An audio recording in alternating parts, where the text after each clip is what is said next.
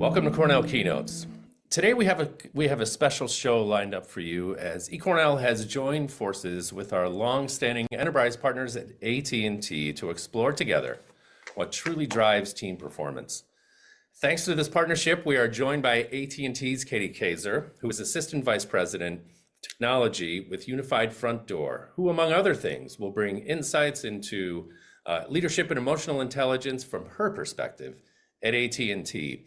And here on the Cornell side, we've got Professor of Management Robert Bloomfield, who is from the Cornell S.C. Johnson College of Business, and who, as a longtime friend and keynote guest, has always invariably delivered unique perspectives on organizational systems and accountability. That's his thing. I want to welcome you, Katie and Rob. Thanks for joining us on Keynotes today. Hi, thanks. Hi. All right, today we're going to examine both the human and structural elements that make teams successful, and our guests will likely, ideally, challenge some common assumptions you may have about how teams actually work. So viewers, we are going to take your questions in the chat, and I'll get them here on my iPad, and we'll take them roughly in the order that they come, so please keep those questions coming. And also a heads up for some resources and useful URLs that we are going to share in the chat. They come in the form of tools, or certificate programs, coursework, if you want to take what you've learned today to the next level. So we're going to include links to, like I mentioned, Professor Bloomfield's courses and certificate programs here at eCornell. So I'd like to get right into it, to tell you the truth. Katie, do you have like a broad philosophical or sort of an overarching practical way that you think about teamwork at AT&T? How do you do things over there? Gosh, teamwork is so important. In fact, there's not anything that I do in my day that is not with my team or thinking about my team or for my team. It is truly the core of what we do on the inside. And I would say on the outside, the core of what we do is for our customers. And so we truly believe that if we are doing the right thing by our customers, we're doing the right thing for our team members, then we're doing the right thing. And that's really just our core belief, period. That's been my experience speaking to all of our friends at AT&T is the customer centricity. There's no overstating it, right? It's Right. It's the thing. Robert Bloomfield, how do you think about teamwork? Hi. Well, so let me start by saying, Chris, you said we were going to challenge some assumptions, and I'm guessing there are a bunch of people here wondering why they're hearing from an accountant about teams. And so I want to just start by challenging your assumptions, not so much about teams, but about accounting, because you might think it's all about numbers, but really the reason accountants care about numbers is because they are part of what we use, the toolkit we have to make people willing and able to live up to their obligations. That's really what accounting is about. And so when it comes to teams, the way we need to think about this is how do we make the team as a whole willing and able to live up to their team level obligations? And then you turn inside and you say, how does the team make every individual willing and able to do their part within the team? And Chris, you mentioned earlier accountability, and yes, that's a huge focus of mine. But accounting adds ability to accountability. Accountability is really about making people willing to do their jobs, but we really need to give them the assets they need, the resources they need, so they're able to do their jobs. And both of those teams just pose unique challenges. Speaking of accountability, I was supposed to tell the audience to get their phones ready because we're going to kick up a QR code here. We need some audience input on this. Yes, we have our questions and our prompts and our responses here among this team that we have for this keynote, but actually the audience is a big part of this. So I want to kick up a QR code here and let's ask the audience, because we can fairly assume that we have a lot of people here who work in teams. So we're going to do a quick poll. Here's the question. Here's the prompt. Is your team's performance driven primarily by the people that are in it, in their particular talents or their expertise, or is the performance driven by the situation or the systems that those people are put in? So I'm going to let that populate for just a moment, and I'll see this on my screen in just a few seconds. Any thoughts on this one? I'll just leave it open without steering our audience into one response or another. How do we talk about these kind of two dynamics? Because this is kind of a fresh one, and I think it's a cool perspective to kind of think about. Life isn't binary quite like we've done it right here, but I don't know. Any thoughts on the question itself, you guys? Well, I'll start with this because I mean, one of the things, of course, right? We are a team. Chris and Katie and I are a team, and we got together to talk about this. And one of the things I found really interesting is the difference in perspectives between Katie and me, because I'm really focused on that situation. As an accountant, I'm not going to be able to get in there and give someone the personal training they need to make them a better team member, but I can make sure that the team is put in the right situation, that they know what they have to do, that they're being held accountable in a reasonable way, they have the resources they need and all that. But Katie, I'll kick it over to you. You're more focused on the people. Yeah, it's definitely a bit of both, Rob. I'm very fortunate at AT&T. They give us a lot of opportunity to support our own individual growth as well as our leadership growth. Most recently, we've been really focused on the emotional intelligence aspect of it, right? And what that brings to the table, strategic leadership, how to be an effective communicator. All of these things are really important as team members, but it's also important to have these skill sets as individuals. I kind of lend it to business acumen, core business acumen. Can you understand the root of what you're trying to solve for? And how do you bring that insight to a team to then determine how you move forward? And I truly think, again, kind of going back to my customer obsession, I think that at the end of the day, if we're thinking about what's important for the customer, and then everybody's consensus from a team is driving to that outcome, then we're all going to be working for that same goal. And I do think that's a really important part of teamwork. Okay, good. We're going to look at these results. In short, people have won out in this case, right? You could see this. We don't have exact percentages, but we're 20% more of our audience think that it's primarily driven by the people, their talents, their expertise, what they bring to the table, versus the situational, systemic side of things. Anything further to say about this one from either of you two? I'm going to leave it open. Rob, did you cover the attribution component? Yeah, so I want to say, like, those results don't surprise me at all. And as Katie said, both of these, right? You need both to make the team work.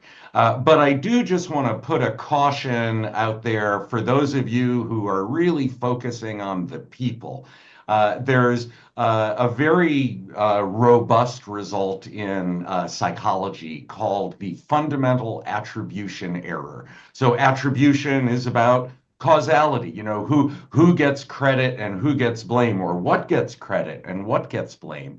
And there's a really strong tendency for people, especially when they're looking at someone they don't know that well. They're much more likely to say the person succeeded or failed because of who the person is, because of their character, because they're smart or not, or well trained or not, or whatever it is. And it's very easy to forget the importance of circumstance, especially again for people who are far from you, that you don't really know that well. When it's ourselves, the bias changes a little. If we did well, it's because, well, I'm amazing. My mom tells me that all the time. And if I do poorly, well, I'm still amazing because my mom tells me. So it must be bad luck, tough circumstances, and so on. So you just, it's just a constant caution. Whenever you're going to blame someone, pause for a moment and ask whether it was the situation. We've already dived into the pool, but I want to step back and baseline the conversation. So how do each of you define what a team is? Rob, why don't we start again with you? Okay, well, I'll just, pulling from the academic literature, a team is a group of people who have frequent, close, and personal interactions within shared tasks. And that's the really important part, is it's got to be the shared task. Like if we're in a kitchen making bread and I go off and I mix the dough and I hand it to Katie and she, puts it in the oven and deals with it after that. We're not really a team. We are more like an internal supply chain, and I'm the supplier, and Katie's the customer, and maybe she sends it on to someone else who's gonna, put it in a pretty wrapper. It's only if we're, both getting our hands in that dough at the same time that we really become a team. Katie, over to you. Yeah, I really like that. It makes it meaningful and it makes it able to resonate with. I think for me, when I think about a team coming together, we have common goals and objectives. We are striving towards a common goal that we can clearly benchmark and say, hey, we're making progress. I do think part of our human nature is that we need acknowledgement. We need support along the way to say, hey, you're doing a good job, whether it's your mom or your boss or someone else, another teammate. And so I do think that's part of our human nature is like, we can't just do the work all the time. We have to have the human element. We have to be there for each other. We have to trust each other. We have to have fun, right? I'm at work a lot during my day. I'm away from my family. And so I need to be having fun with the people that I work with and making sure that the things that we're working towards are the most important, most meaningful things that we can for our group and for our company. Very good. I want to remind our viewers that you can submit questions. I've got a nice one from Caitlin that I'm going to sit on here for a minute. But time for audience input again. We're going to kick up this QR code. Well, you should have this. You should have the module open already. But we're going to talk about. We're going to go back to the causality, the attribution type theme. Let's do a quick poll and learn to what degree a problem is caused or worsened due to two things. Again, life isn't binary, but for the function of what we're trying to talk about today, is the problem either exacerbated or created due to general chaos within the team, or is it due to something like finger pointing, people scapegoating, trying to identify the problem within a team in the form of an individual, right? So let's identify a problem at work and consider whether it's due to either general chaos or finger pointing within the team. We can see that things are still populating here. I'm going to give it a second before I report back. But I'm seeing, I think I have enough data set. I think we have critical mass to say that overwhelmingly, we're at something like 60% are attributing it to a chaos or disorderly conditions on the team, right? So this is a system thing as opposed to pointing fingers at individuals. You can see the results right there, right? There's a little bit of creep either way, but I don't know. Any thoughts? Anything jump out at you here? Is this the answer you were expected, Rob Bloomfield?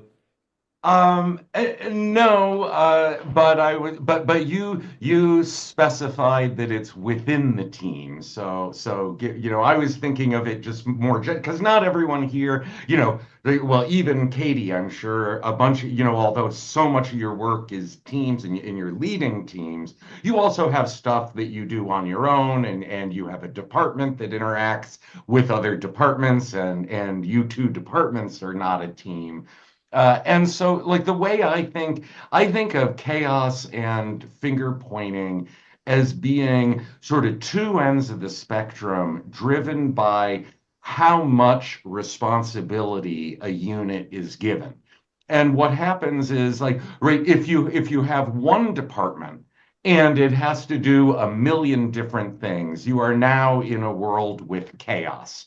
And so you want to rationalize things, and this happens all the time with reorganizations that you say, we just need this department to focus on whatever, this one set of things, and we're going to scope it down.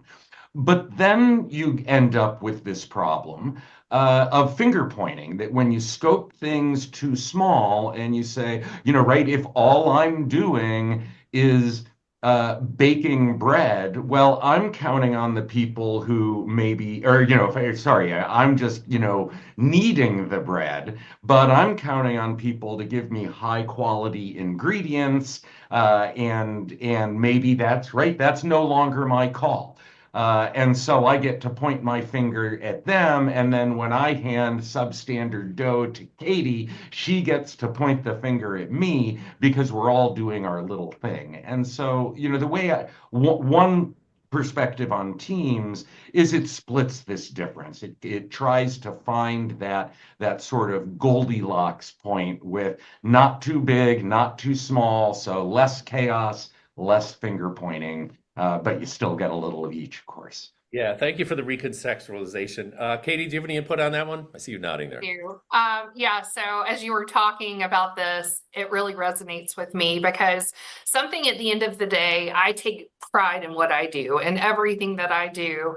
I try to give it my best, right? It's not the 100%, it's the 110, 150%. But I expect that of my team. I carry very high expectations of myself and of my team. I walk the walk and I talk the talk. But what that means is that we are a part of an ecosystem. We're part of a larger purpose, but we are a part of that. And if we don't live up to our end of the bargain, if we fall short, if we don't get the right ingredients to the table to be needed, and at the end of the day, the bread comes out poorly, that's a reflection of me. And that's a reflection of my brand and my team's brand. And so that's something we continuously talk about is how is our brand being perceived? How are people reacting to us? Do we come across as empathetic? Do we come across as responsive? I tell my team all the time, if you've not responded to an email within a day, that's way too long. Like for me, it's probably within the hour. We need to be responsive. We need to be making sure that even if we don't have the answers, we're assisting the partner, the team member, the customer, whomever is asking, how we can go find it, right? We're part of that team. We're part of that process. I love it. One more for our audience. I think this one's interesting. I'm going to ask it, but I'm going to ask you to unpack the responses for me based on what we see here. So I'm going to ask our audience, do you think performance at work would benefit more if your unit was structured more like a team or less like a team? I'm really interested to see how this outcome, what kind of results we get here. Let's sit tight because I think we're going to get a pretty reasonable data set pretty much right out of the gate here. I'll sit tight. I can't believe that this is the response, but 100 at the moment, 100% of our audience says we need to be more like a team. Yeah, I would expect that the less would be somewhat of an outlier, maybe 30% or less. Okay, we're at 90% more like a team. So is this a common problem? Is this something that maybe you hear in practice or at work, Rob Bloomfield, in your world? So, the way I think, so being a professor is an unusual job. You wear all sorts of different hats. And I'll just say, right, I am a teacher, I'm a researcher, I'm a mentor, I'm right now chair of the accounting faculty, I'm on all sorts of committees, right? There's just a bunch of different, and I do things like this and develop Cornell courses. And some of those really would not benefit from being a team. When I teach, when I develop a course for eCornell, I have a very particular vision of what I want that to be, what I think students should be learning, how they will learn best. And I don't want to be part of a team for that. I want to realize my vision. And so I'll have people help me, but it's not so much team-like. But when I am teaching students, one of the big things I do is make sure they are in teams. And I'll just say that's a big thing at the Johnson School, especially in our executive MBA programs, where literally part of the program, you get credit, you get grades for being a good team member because of the way, it's much easier to learn when you're all in there kneading the dough together. And so, again, it's just, teams have their place, but I don't think 90% of work would benefit from being transformed into teamwork. Well, our audience says 93% would prefer if things were more like a team. Katie, more like a team. Yeah. how does that line up with your experience and what you like to see?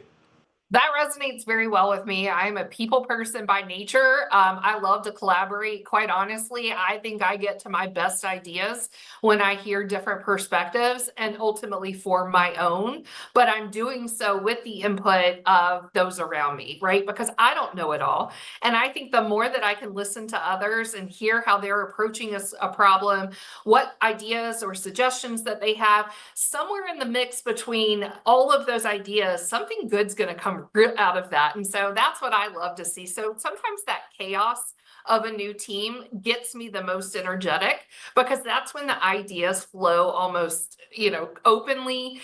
Team members are excited. They don't quite know what I'm supposed to be doing yet. And so they're a little bit, they'll put themselves out there and they'll take some risk and share some things. And so I always try to capture those early moments of a new team where team members have the opportunity to engage in a different way than if they've worked together for 20 years. The other thing I like to do is when I have a new team member join, I always ask them to capture their ideas. What are the things that stand out to you? What are the things that you're like, this is awesome? And then what are the things that you're like, this could probably use some help? Because I want to know those things. I think those, quite honestly, help me to become a better and stronger leader and ultimately a stronger, high-performing team by taking in that feedback. Now, Katie, you've got a lot of experience getting teams up and running, spun up, and let's get into action. What are some typical challenges that you see quite often, and how do you address them? So I learned something back in grad school about the Tuckman ladder model, which is the forming, storming, norming, performing. I've always been a high performer. I have a very kind of high expectation for myself. I didn't quite understand that there was this whole nuance to it. But once I understood that there were these stages, and that was a very normal part of becoming a team, it made me feel so much better because not everybody's going to get along. Not everybody's going to understand point of views. I think that when you think about a team getting together for that very first time, like I said, you're going to have excitement. You're going to have maybe a little apprehension. But then all of a sudden, you're going to start having opinions and ideas and maybe butting heads a little bit. And that sometimes can feel uncomfortable. But quite honestly, that's that chaos that I mentioned, that when you start seeing that and people really start getting passionate about what they believe and how they believe it and how we should approach things, I think that's where the true goodness comes out. And that's where you see some of your best ideas. Rob And then Bloomfield. ultimately, Oh, once you've sorry, go been in a ahead. team for a while, you can stay, you can start kind of norming to that high performing team. Sorry. No, my bad. I saw Rob Bloomfield nodding so much. He was like he needed to be let out of the gate. How do you respond to that one? Well, I want to go back to something Katie said right up front there in that response, which is, I don't know it all. And you could add to that, I can't do it all. And that's really, when I think about developing a team, those 2 points, no one knows it all, no one can do it all, really is a great guide to thinking about team development. So just to bring a little accounting in here from my management accounting for leaders course in Cornell, uh, people have two types of assets when they that come with their role, and their role could be a team member. There are the assets that are assigned to them. So maybe you have people working under you. You've got your technology, you've got your space and your computing, and all of these things that are assigned to you by your organization. And then you also have your personal assets, the features of yourself that you can't give someone else: your smarts, your strength, your expertise. They follow you around wherever you go. And it's those personal assets you really need to think about when you're developing a team.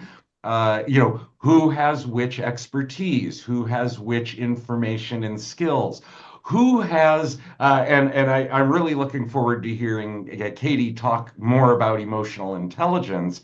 But there are a lot of different, very challenging personal interactions that you need to manage.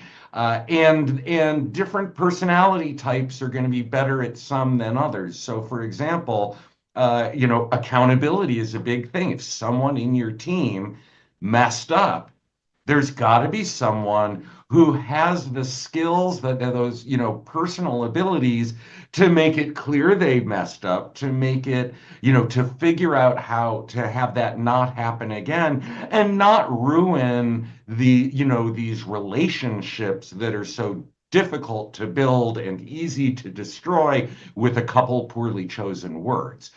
Now, the person who's good at that is probably not the person who's like, rah, rah, let's motivate everyone, and today's the day, and we can do this. That's probably a different person. So you need to think about all the personal assets that people might bring and make sure you have a working recipe. Katie Kaiser, I want to give you a chance to respond before I take some audience questions here. Yeah, I love that. Quite honestly, I think about strengths and weaknesses all the time, both personally, professionally, individually, as a group. When I find myself struggling with something, maybe a perceived weakness or an area of opportunity, I like to surround myself with those that I feel are stronger because I can learn from them, and they complement me, right? And so similarly, if there's something I know I'm very strong at, I'm very strong at the people side of things, the relationships, building rapport and trust. I try to get the team members that I feel may be less confident with those types of skills and include them in meetings so they can see how I'm using it in conversation. They can see how I'm using it in my relationships, because I truly believe we can teach someone, we can tell them, they can do training, but to see it in action brings a whole new level of understanding. And I try to bring that situational awareness to not put myself in those situations to learn personally, but also with my team and those that I mentor. I've got a question from listener Joe, who chimes in and asks, this is a little bit of a side quest. We may be getting ahead of ourselves a little bit, but I want to hit this one while it's in, because some of the things Joe brings up we've just been talking about. Joe asks, how are teams compensated at AT&T? Is there an individual performance component? Does the entire team get rewarded equally based on team outcomes? I have concerns about the free rider effect. Katie, how would you address that one? So it's not a simple, straightforward answer. There's multiple ways that teams, depending on the role, the responsibility that you have, we obviously have some team members who are in a sales role or on some type of commission. For my team specifically, we do have an individual component.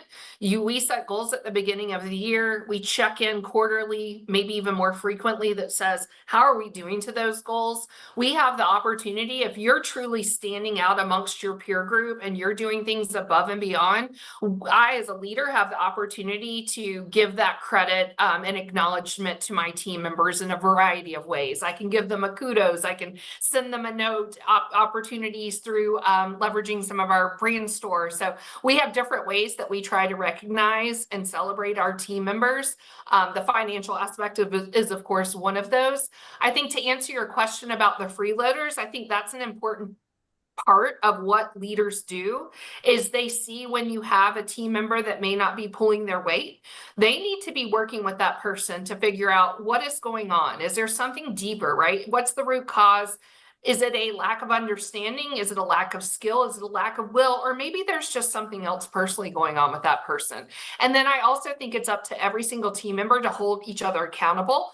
I talk about this a lot with my team. I can't be the only one holding us accountable. As a team, we have to collectively be doing that. And that sometimes means my team's coming to me saying, hey, you didn't live up to your end of the bargain here. I need you to go and do this. And they have every right to do that. We are part of the team. We've all agreed to different goals and to different commitments, and we have to lean in and do those together. What does the accountant say? So I want to talk medieval history for a minute here, and talk about a practice called frank pledge. So in medieval times, there were no police, right? You had your nobles and your knights and things like that, but it's not like you had your, police walking down the street and checking on things. And so to deal with crime, what these places would do, and this is all across Northern Europe and Britain, they would create these, they'd go to some small village somewhere and they'd say, okay, you all need to form groups of 10 households. And if anyone in those 10 households is found guilty of a crime, anyone in those 10 could be held accountable. And so basically, I mean, this is sort of the way teams operate now. And I think, much of what was implied with Katie's comments, no one outside the team is going to be making sure every team member is doing their job. That's left to within the team. And outside, it's only the team that is as a whole that is being held accountable. And there are ways to break that down, but honestly, they tend to be counterproductive. Because remember, in a team, you have these people who are sharing tasks. It's this close, frequent, personal interaction. It's about relationships. And you do not want to stick your nose in there because you just don't know enough. It's only the people within the team that can really understand what the issues are. And I'll stop there, but I do have some advice on how to figure those issues out. Okay, so presuming there's no frank pledge policy at AT&T, Katie, how do you think about these particular dynamics? I see you shaking your head and nodding over there. Well, so one thing that's very important to me is that I like to have facts. It's hard to argue with facts. And so for me, when I have something, maybe it's an uncomfortable conversation, accountability issue, some type of problem that I need to address, I think understanding the data component of it and being able to go to the table and say, and be empathetic, and be open and be a good listener, but also have facts to support what I'm sharing. I think that's always the best kind of start.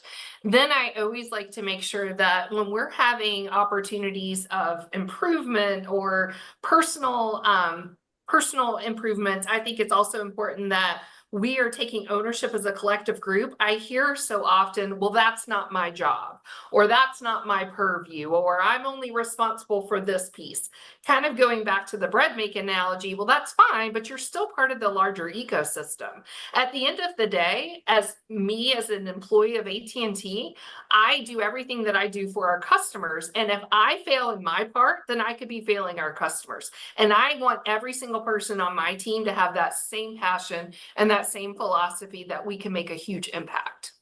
Hey, regarding the ownership component, we have listener Thomas who checks in and asks, I think, a really good question. How can a team leader in the context of various teams on a single project, prevent one team from defending the fort or becoming defensive over their aspect of the project?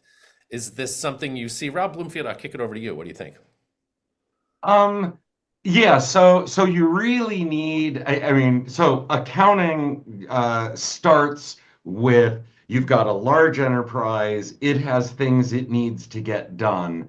And right there, which I call enterprise level obligations, right? Profit and customer satisfaction and all these things.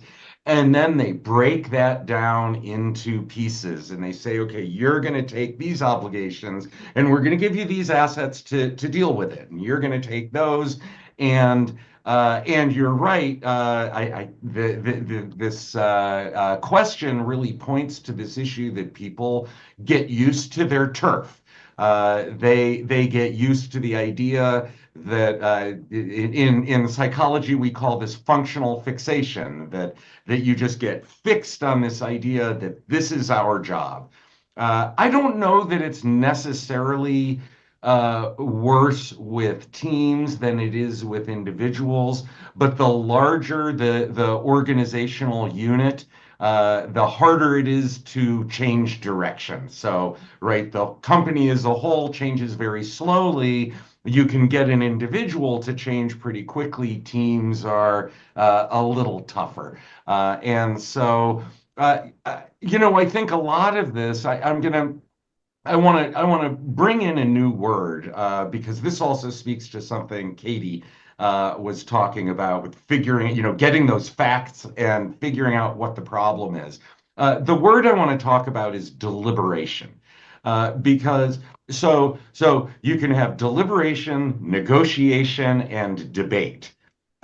Deliberation is seeking a shared and justified understanding of what the problem is and what the best solutions are for it.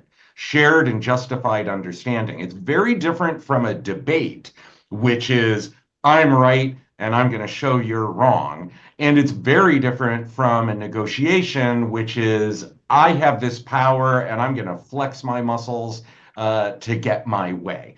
And you really need to deliberate when you're dealing with a team problem. It's not about right and wrong. It's not about getting your way. It's about getting that shared and justified understanding. And this is actually, I'll just say, this is like central to to all my research now, central to my management accounting for leaders course.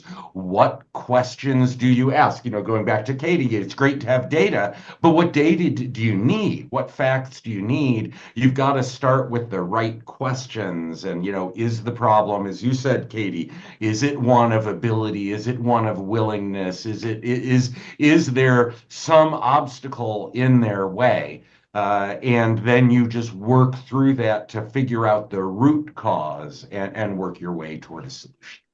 Lots to build on there, Katie. I'll let you have your pick on topically anything that Rob just mentioned there, function, Yeah, a fixation, lot, iteration, etc. What do you got?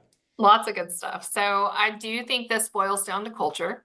I do feel like that if we are establishing a culture that encourages open communication, that we respect each other, we have that empathy, we encourage feedback, we encourage ideas, you're going to have a little bit less of that finger pointing. Is it going to happen? Sure, it's a natural tendency. However, can you move past it? Can you look beyond the, well, this is mine, I'm always right, or I know this, I've been doing this for 20 years. I hear that often. I've always done it this way. I'm like, okay, but that doesn't make it right.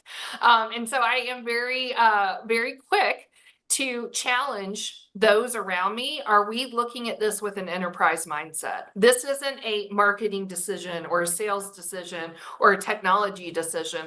We need to be looking at this as a company and as an enterprise mindset. What's the right thing for our shareholders? What's the right thing for our customers? And is that the angle that we're looking at this with? And sometimes just that simple question and taking a step back with the group will almost reset us enough to where we can keep moving in the right direction. But there are those times where you truly just have to take a time out and you just can't get on the same page, and that's okay. And again, I think that's where leadership comes in, having a facilitator that can understand that there's going to be passion there. There's going to be reasoning underlying some of the passion that lies. So getting a little bit deeper into that, maybe having a hallway conversation to dig a little bit deeper, find out maybe somebody's just having a bad day, right? And they just really just want to be right for the day. And that's okay. And we come back to it another day. Rob Bloomfield, sometimes when things go sideways, as just described, we can point to the accounting actually being bad. Tell me a little bit about what you think. Well, you know what? But before we get to that, I want to talk about it. So, Chris, you and I had a keynote a while back called Game On, where we talked about using gamification, bringing game-like elements into the workplace in order to get people to engage. One of the things we talked about was giving people a sense of purpose. And here I want to take a different take on this.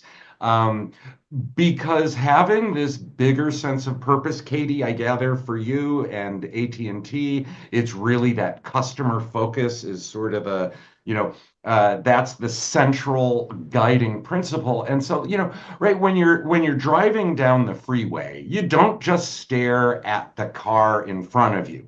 You look down the road, right? You have that long vision to see what's coming up. And so, having a sense of purpose, in your case, it's customers. I just want to quickly tell this story about the moonshot.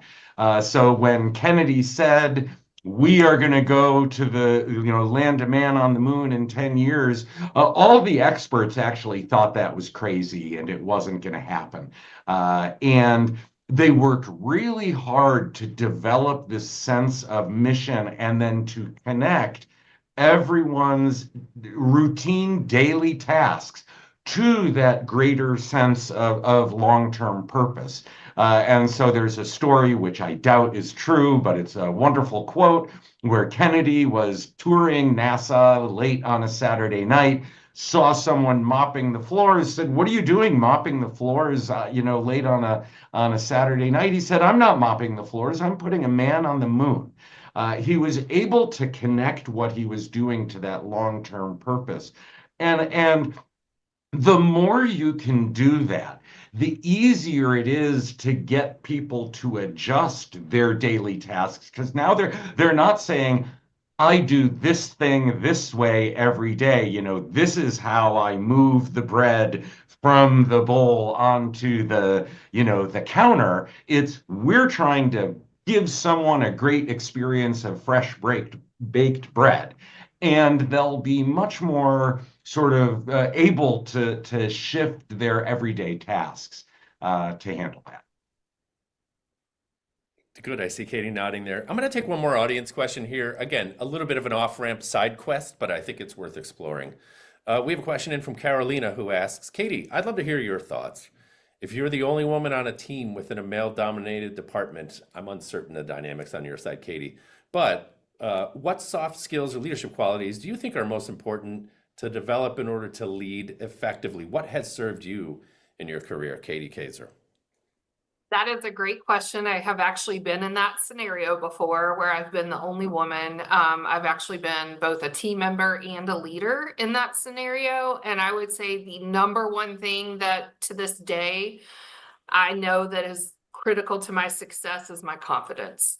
I have to know that what I'm talking about, I know what I'm talking about. I'm passionate about what I believe in. There is a reason that I'm in the room with them. And so I have to keep that confidence no matter what, because sometimes conversations, you may feel overshadowed or you may feel like, hey, I don't have all the answers, but it would just be like any human being is in the room, right? Just because they're all men or all women shouldn't change the way you feel and how you feel about the knowledge that you're bringing to the table. So having confidence is one. I also say trust your gut, right? And so if you have not gotten into an opportunity to build relationships and rapport, these are people. And so spending time with them outside of work, getting to know them a little bit better, that relationship also just helps you to understand there's a human element to this. And that also helps to, in my opinion, build rapport and trust that doesn't necessarily or naturally come right out the gate. Thank you. Lovely. Thank you, Carolina, for that question. Let's talk about the elephant in the room that happens, or, that is there every time we have one of these conversations. We're 5 years on since COVID, but let's talk about team types. I think it's worth exploring really quickly here. Everyone is either part of a remote, an in-person, or a hybrid team. I don't know, any challenges, particular opportunities that you see now that we've been doing this for a little bit? Rob Bloomfield, any thoughts on this one? Yeah, so I've done a lot of work on what I call the distributed workplace, and I think the first thing to remember is that our workplace has always been distributed, and people have always been remote in the sense of, how many times do you see your boss's boss in a week? How many times are you dealing with people and working closely with them, but you are not in the same room at the same time?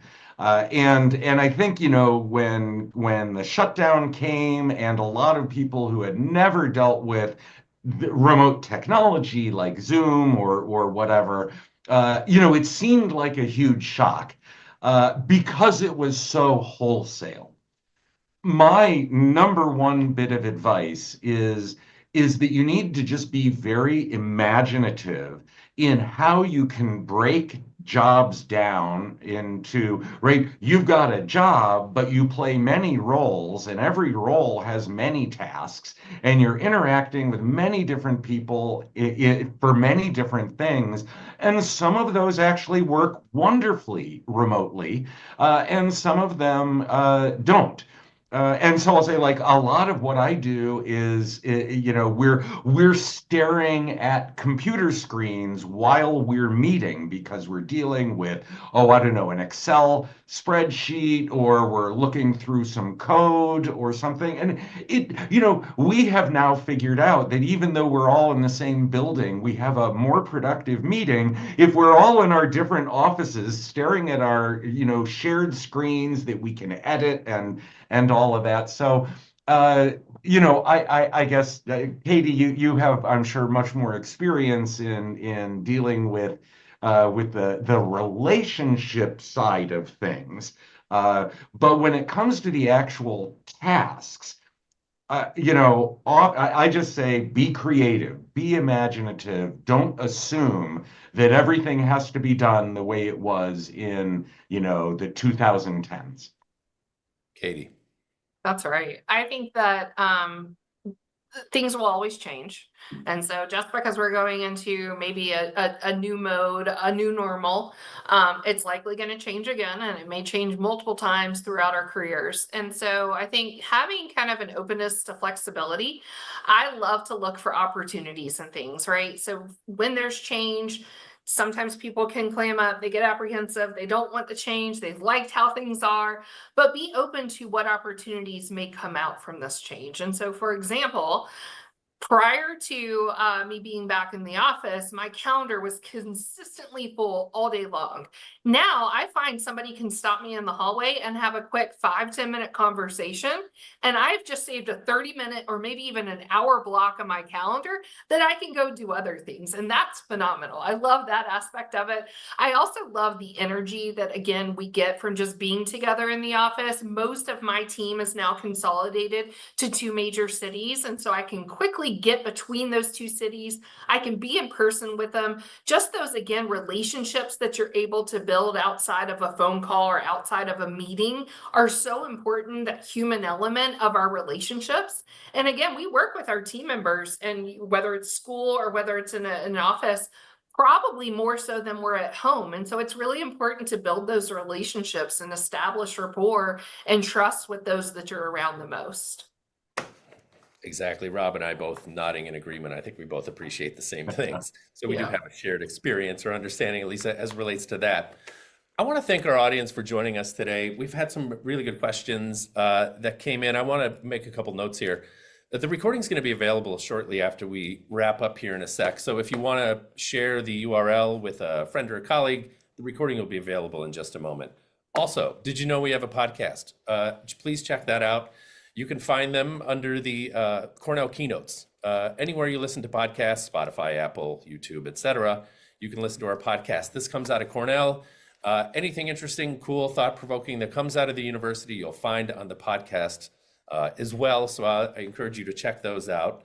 I want to thank, again, Katie and our AT&T partners, Lydia and Suzanne and all our friends over at AT&T for helping put this together. We really appreciate it. I think we had a nice thing going on. Professor Rob Bloomfield, lovely to see you as always. I can't wait to do our next thing together. And as always, eCornell students and alums and anybody in the eCornell universe who has joined us today, I want to thank you for today's conversation. So Katie Kaiser, Rob Bloomfield, lovely to have you today on Cornell Keynotes. Thank you. Yeah, you bet. All right, audience, see you next time. We'll see you on the next Cornell Keynote. Thank you so much.